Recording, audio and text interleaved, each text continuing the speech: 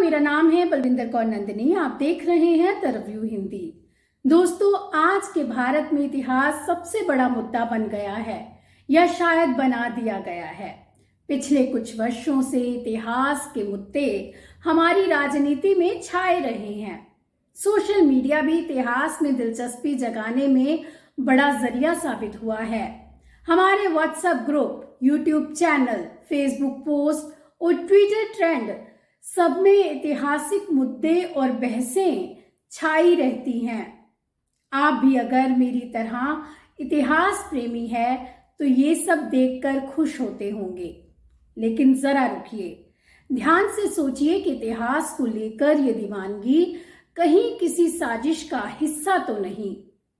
अगर आप मेरी राय से सहमत नहीं हैं तो कोई बात नहीं, क्योंकि असहमत होना एक लोकतांत्रिक और सभ्य समाज की पहली शर्त है।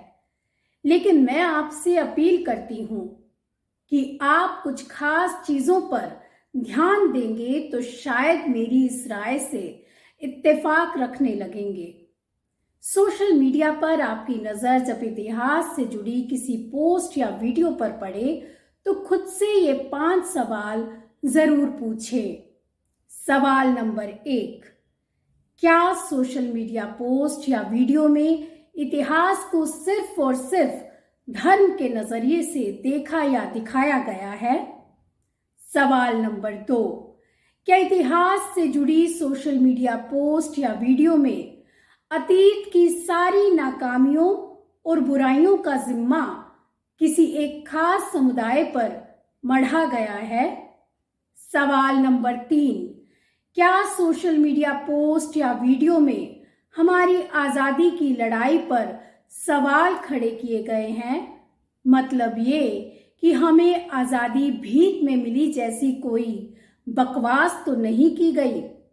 सवाल नंबर 4, क्या सोशल मीडिया पोस्ट या वीडियो में उन ऐतिहासिक चरित्रों को विलन के तौर पर पेश तो नहीं किया गया जिन्होंने सभी धर्मों में एकता की बात कही और सांप्रदायिकता का विरोध किया? सवाल नंबर 5, क्या सोशल मीडिया पोस्ट या वीडियो में किसी हत्यारे का गुणगान किया गया है और आपको ये समझाने की कोशिश की जा रही है कि हत्यारे ने हत्या करके बिल्कुल सही किया, नहीं तो हमारा समुदाय, धर्म और देश बर्बाद हो जाता?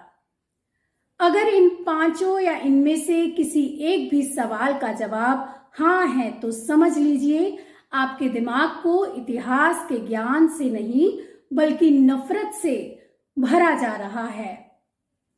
आइए अब एक एक करके इन 5 पॉइंट्स को समझते हैं। पॉइंट नंबर 1, क्या इतिहास की व्याख्या सिर्फ धर्म के आधार पर हो सकती है? जवाब बिल्कुल सीधा है, नहीं।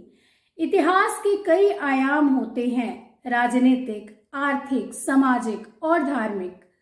लेकिन अगर हम सिर्फ किसी एक नजरिए के आधार पर इतिहास को देखेंगे तो ये बिल्कुल गलत होगा। दूसरा सवाल था कि क्या इतिहास की नाकामियों का दोष किसी एक समुदाय को दिया जा सकता है? इसका जवाब भी सीधा है, नहीं। अगर इतिहास में कोई बुराई जन्मी है या देश को कोई नाकामी देखनी पड़ी है तो इसके कई कारण हो सकते हैं। लेकिन सामाजिक, आर्थिक, राजनीतिक कारणों की पड़ताल किए बिना सिर्फ एक समुदाय पर दोष मढ़ देना खतरनाक राजनीति से ज्यादा कुछ नहीं है। अगला प्रश्न था आजादी की लड़ाई पर सवाल उठाना। दोस्तों, इस बात को जरूर समझें कि जब हमारा देश आजादी की लड़ाई लड़ रहा था तो कुछ लोग ऐसे भी थे जो उससे दूर थे और धर्म खतरे में है का नारा लगा रहे थे। ऐसे लोग आजाद भारत में भी सक्रिय हैं और ताकतवर हैं। इसलिए जब कोई कहे कि आजादी भीख में मिली तो सवाल उठता है। इसके अलावा जिस आजादी को पाने के लिए हजारों लोगों ने कुर्बानी दी, उस पर सवाल उठाने से गलत कुछ हो ही नहीं सकता। अगला सवाल था धर्मनिरपेक्षता की वकालत करने वालों को विलेन के तौर पर पेश करना। सभी धर्मों में प्रेम का संदेश और सांप्रदायिकता का विरोध हमारी आजादी की लड़ाई की सबसे बड़ी उपलब्धियों में से एक है। स्वतंत्रता संघर्ष के हमारे महानायक जैसे महात्मा गांधी, सरदार पटेल, जवाहरलाल नेहरू, सुभाष चंद्र बोस, भगत सिंह, अबुल कलाम आजाद और दूसरे कई नेताओं ने सांप्रदायिकता का विरोध किया और एकता का संदेश दिया। आजाद भारत ने एक देश के तौर पर एक सेकुलर संविधान की नींव डाली और तय किया कि सरकार का कोई धर्म नहीं होगा। सरकार और कानून की नजरों में सब बराबर होंगे। इसलिए धर्मनिरपेक्षता की वकालत करने वालों को जब विलेन बनाया जाए तो सावधान होना जरूरी हो जाता है। आखिरी सवाल था हत्यारे का गुणगान करना। अब इसे तो समझने में ज्यादा दिक्कत नहीं होनी चाहिए। अगर हम एक हत्यारे का समर्थन कर रहे हैं तो ये तय है कि हमारा इंसान बनना अभी बाकी है। किसी हत्या को जायज ठहराने के तर्क अगर हमारे पास हैं तो फिर हमें खुद में झांक कर देखना होगा कि हम अभी पूरे मानव हैं या नहीं।